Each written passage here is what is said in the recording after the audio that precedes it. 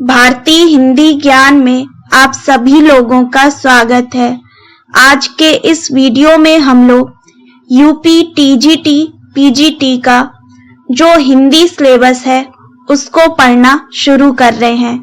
अगर आप लोग यूपी टीजीटी पीजीटी 2020 का जो हिंदी सिलेबस है उसको पढ़ना चाहते हैं तो मैंने इसका एक वीडियो अलग से बनाया हुआ है। उसका लिंक डिस्क्रिप्शन बॉक्स में आपको मिल जाएगा, आप वहां से पढ़ सकते हैं।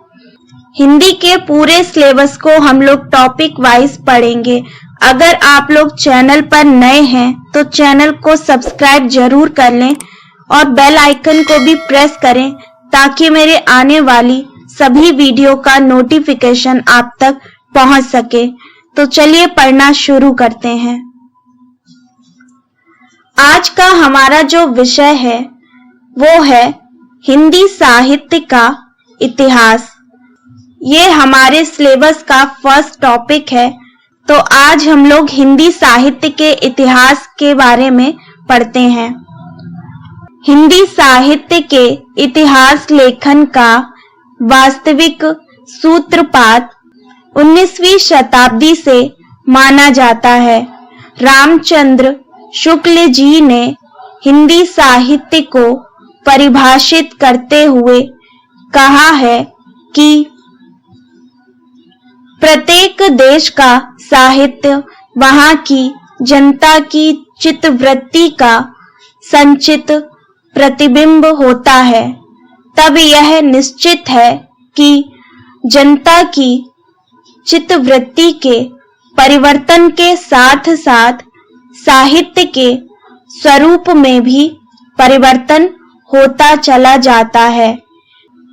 आदि से अंत तक इन्हीं परिस्थितियों की परंपरा को परखते हुए साहित्य परंपरा के साथ उनका सामंजस्य दिखाना ही साहित्य का इतिहास कहलाता है। तो ये रामचंद्र शुक्ल जी ने साहित्य के इतिहास को परिभाषित किया है। इसके बाद हम लोग पढ़ते हैं हिंदी साहित्य के इतिहास लेखन की परंपरा का प्रथम प्रयास। तो सबसे पहले हम लोग देखेंगे कि जो हिंदी साहित्य है इसके इतिहास लेखन की परंपरा का प्रथम प्रयास किसने किया। तो देखिए, हिंदी साहित्य के इतिहास को लिखने की परंपरा की शुरुआत गारसा दा तासी ने की है। गारसा दा तासी एक फ्रेंच विद्वान थे। इनके इस लेखन परंपरा की शुरुआत इनके द्वारा रचित ग्रंथ इस्तवार दा ला लिटरेत्यूर एंदुई एंदोस्तानी से हुई है। इसका प्रकाशन 2 भागों में हुआ है। प्रथम भाग का प्रकाशन 1839 ईस्वी में तथा दूसरे का प्रकाशन 1847 ईस्वी में हुआ है। तो अभी हमने पढ़ा हिंदी साहित्य के इतिहास लेखन का प्रथम प्रयास किसने किया है। अब हम लोग पढ़ते हैं हिंदी साहित्य के इतिहास लेखन की परंपरा का दूसरा प्रयास। दूसरा प्रयास किसने किया है। तो देखिए, हिंदी साहित्य के इतिहास लेखन की परंपरा का दूसरा प्रयास शिव सिंह सेंगर ने किया। इस लेखन परंपरा का इनके द्वारा रचित ग्रंथ शिव सिंह सरोज है। इस ग्रंथ में लगभग 1000 छोटे बड़े कवियों की रचनाएं दी गई हैं। इन कवियों के जन्म काल, जीवन चरित्र के बारे में दिया गया है, परंतु उनमें बहुत से अविश्वसनीय हैं। तो देखिए, हिंदी साहित्य के जो इतिहास लिखने की जो परंपरा है उसका प्रथम प्रयास गारसा दा तासी ने किया है और इनके द्वारा जो रचित ग्रंथ है उसका नाम है इस्तवार द ला लिटरेत्यूर एंदुई एंदुस्तानी। ये नाम आपको ध्यान रखना है।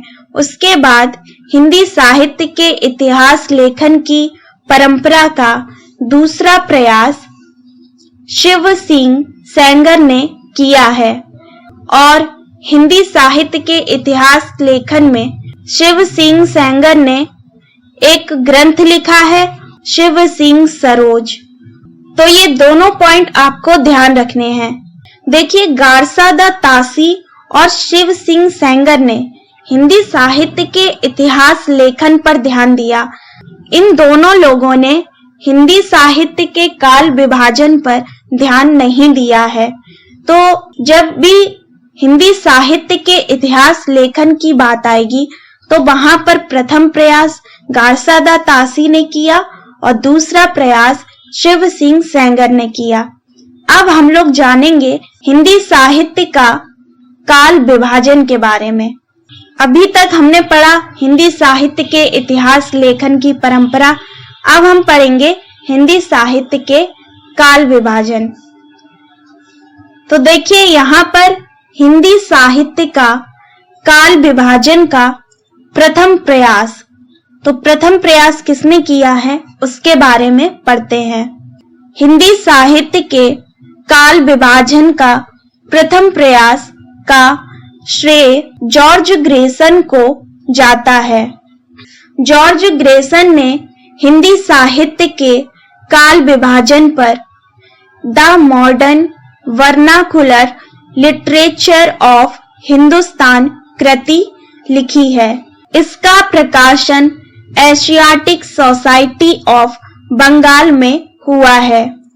जॉर्ज ग्रेसन ने इस कृति में केवल हिंदी कवियों को ही शामिल किया है।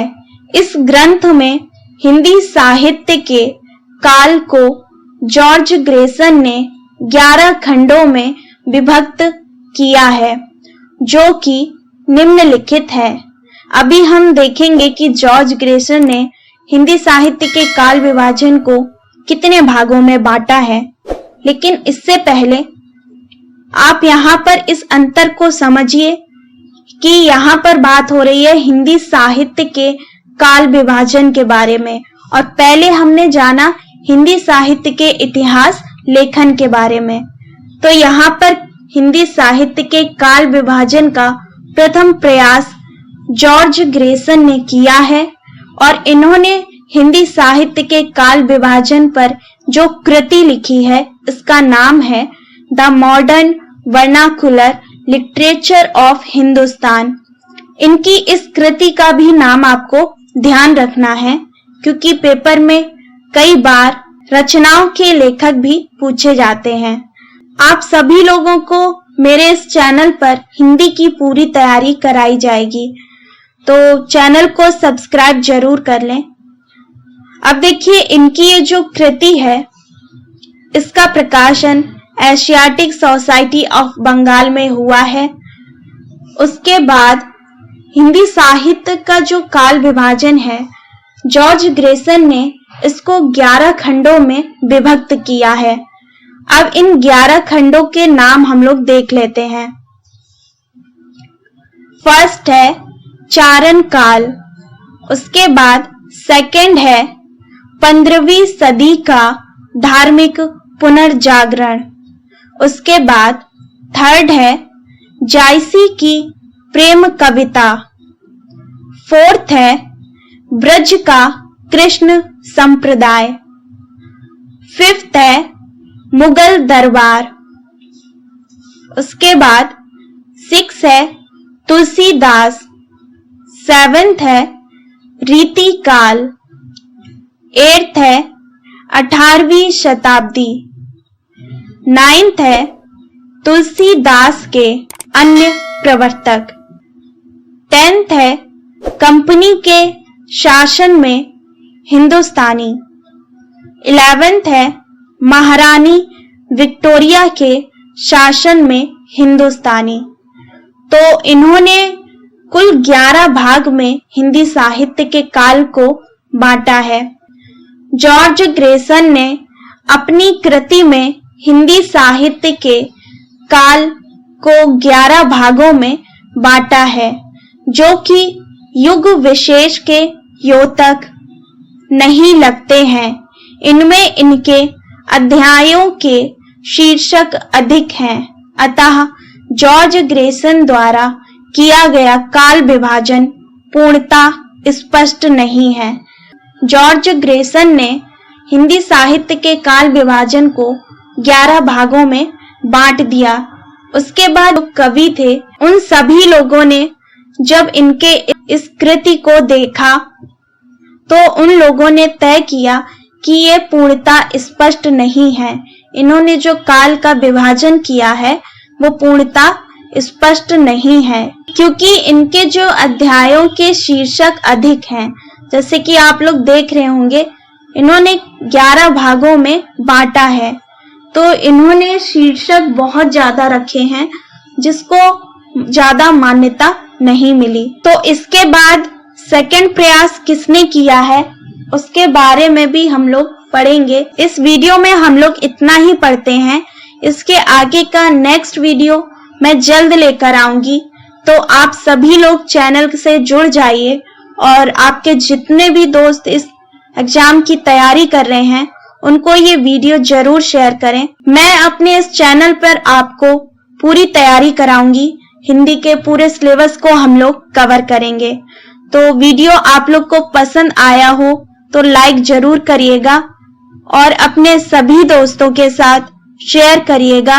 अगर आप चैनल पर नए हैं तो चैनल को सब्सक्राइब जरूर करें और बेल आइकन को भी प्रेस करें, ताकि मेरे आने वाली वीडियो का नोटिफिकेशन आप तक पहुंच सके। तो मिलते हैं नेक्स्ट वीडियो में, तब तक पढ़ते रहिए।